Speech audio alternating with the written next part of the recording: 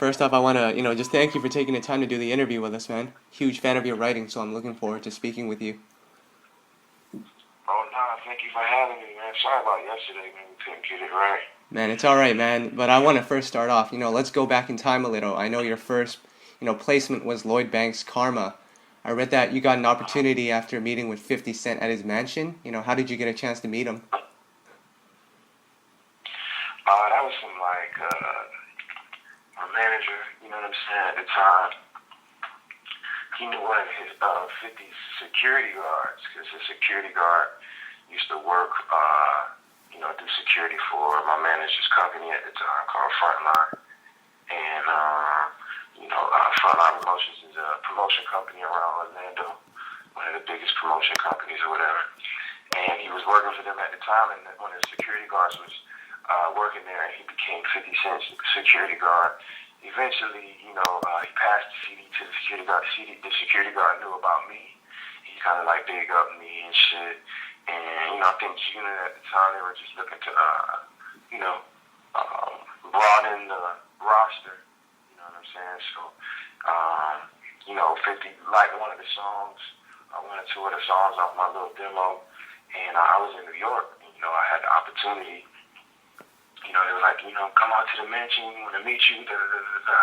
I was already in New York doing some work, and, we came up on an opportunity to meet 50 at his crib, to just talk to him or whatever and see what the deal was, and which was a cool experience in itself, because, meeting 50 and meeting him at his crib after, he just moved into that big crib everybody was talking about it. He just bought Mike Tyson's house. You know what I'm saying? It was crazy. But it was really just, that connection right there between the security guard who got us in, and it was some favor from God. Well, that's crazy, And I gotta ask you, what was the feeling like when you found out Avant was going to be replacing you, on the radio version of the song? It was one of those things where it was like I was kind of prepared because of the way that they were kind of talking. You know what I'm saying? We told them, yo, if you do a video for it, make sure you look out for us. You know what I'm saying? I'm in the vid, you know what I mean? Because we feel like that's going to be a single. And they were like, nah, we don't think it's going to be a single, so we good. But if we do a video, we got you.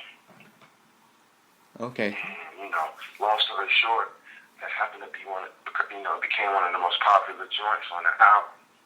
You know what I'm saying? So it was just inevitable. Like, you had to make it a single. So they did that, and the fact that I didn't do the deal with G-Unit, you know what I'm saying, was, that played a part in me not being in the video, and them calling it a remix, but it was the exact same thing.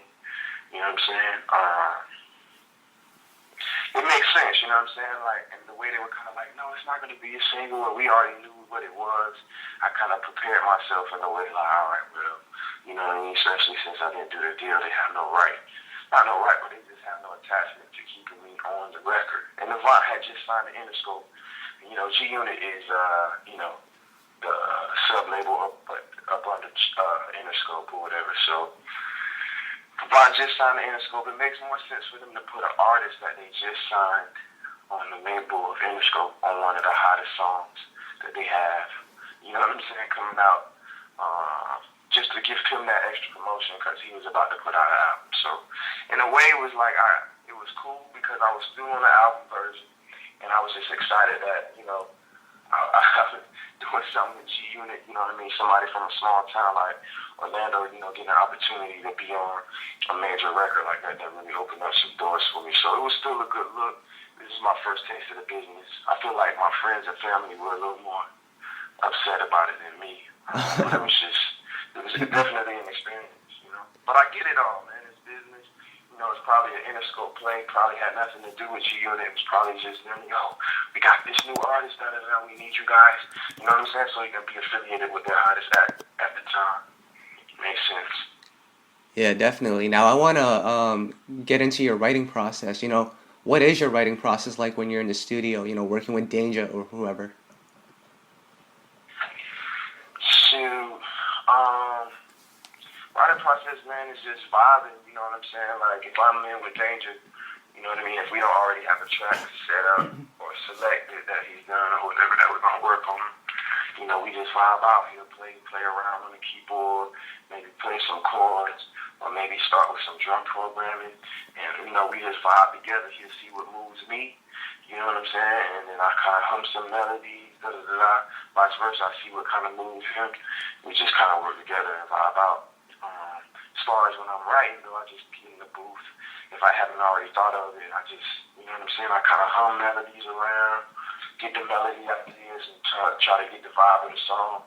And then I just put my lyrics to the melodies. I don't really write it down. You know what I mean? It's a straight vibe. Yeah. You know what I mean? Yeah. Keep it in my head. But if I need to, I jump in the booth and just vibe out, kind of freestyle some ideas, and you know what I mean, get some melodies going. Once I get something that I like, I just take it from there and put the words to it. You know? Yeah. Most of the time, the track will tell the mood. Like, should it be happy? Should it be sad? Should I be going out? Should I feel, you know what I'm saying? Should I be in with my lady? Should I, you know what I mean? It'll give me the mood, you know what I mean, that I should try to capture most of the time. The beat will. Okay. Now, one of your biggest songs that you've written to date is "Knock You Down" for Carrie Hilson. Did you expect the song to blow up like it did? And did you already have Neo and Kanye in mind when you were writing the song? Now, that was just something that kind of happened as it went along. And yeah, it did blow up pretty big. I don't know if you ever expect, especially if you never had it before. Yeah. You know what I'm saying? With that being my first number one, I don't know if you ever expect for it to be, before you get it, to be number one. You know what I'm saying? I don't know if you expect that. This shit. We say it a lot. This is a number one. You know what I mean? But for it to actually go, you know what I mean, is a cool feeling, especially for someone who hadn't had that before. You know what I'm saying? But, when we did the record, me and Dane did it together in New York, and I felt good about it. I felt like the beat was crazy. You know what I'm saying? And I like what I did to him second, but, it was effective. But it was crazy because, we sent it to Polo.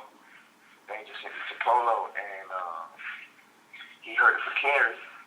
You know what I'm saying? And Carrie was hot at the time, and a few people wanted to, work with her. You know what I'm saying? She ran into Neo. Neo was like, "Yeah, I want to do something with you." Da da da da da.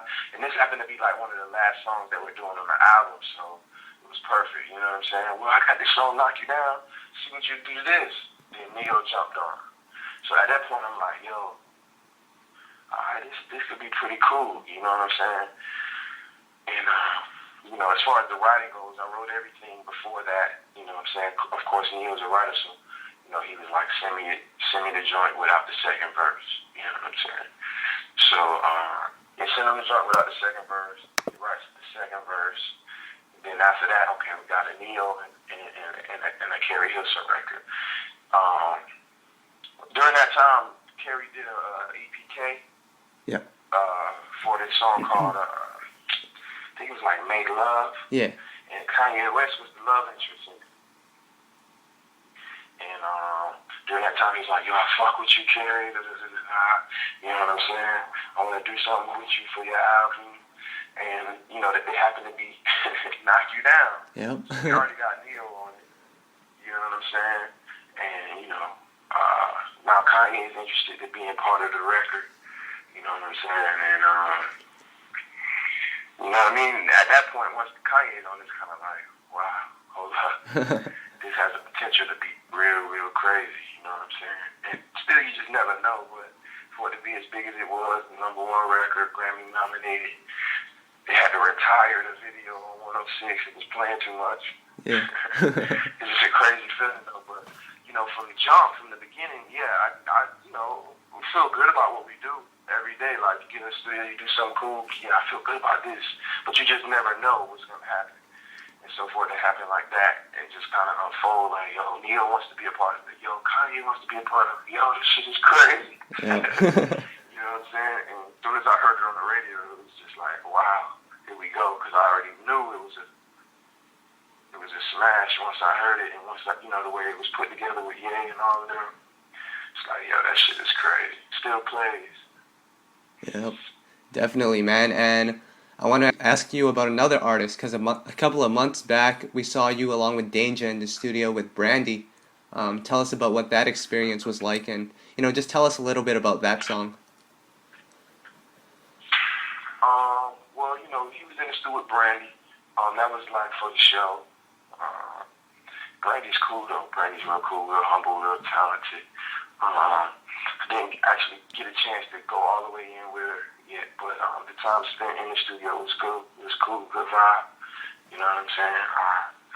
She's been doing it for a while, so that's definitely an honor. You know what I'm saying? Yeah. It's like, yo, you're Brandy. You know what I mean? I remember listening to it back in the day. You know what I mean? So it was just a cool experience to be in the studio with her. Even for the brief amount of time I was in there with her myself. Just an honor, man. It was cool. Okay. Now I want to get into your music because not too long ago you put out the new mixtape, By Any Means. What would you say is the biggest difference between this one and your first mixtape, Hooks versus Bridges? I think the biggest difference is I did some more freestyles. You know what I'm saying? Like more like, over other people's beats. It was more hip hop oriented. You know what I'm saying? I was rapping a little bit. You know what I mean? So it was definitely a little more urban. I wouldn't say urban, but just more rap based. Freestyles and whatnot. It's like two originals on there. But Hook vs. Bridge was straight original records. You know what I'm saying? We didn't have the DJ cut in and all of that. They had more of an album flow to it. And this one was more just like a real authentic mixtape flow to it. Which is cool. We really circulated a lot of attention with it. Got over 200,000 downloads within a few days, which was crazy. But yeah, that was pretty much the difference. And I just wanted to put more music out because I feel like I'm always growing, always doing different things and playing with new sounds and just trying different shit. So I just wanted to be able to get more music out. And with today, with the way the game is today, you got to be able to put music out and keep your name out there and stay hot and relevant. And so, that's what I wanted to do. But the thing is now, a lot of people who just found out about me from, By Any Means, you know what I'm saying? If they didn't do the research with the first bridge, they don't know that I have the original material that I have and all of that. So basically, I'm working on another mixtape right now as well as the album. Mm-hmm. And it's coming out amazing. I feel good about it. I really can't wait to release it. The next tape will be all original again. Yep. Album format. You know what I'm saying? I'm excited about it, actually. I ain't gonna lie. Yeah, definitely.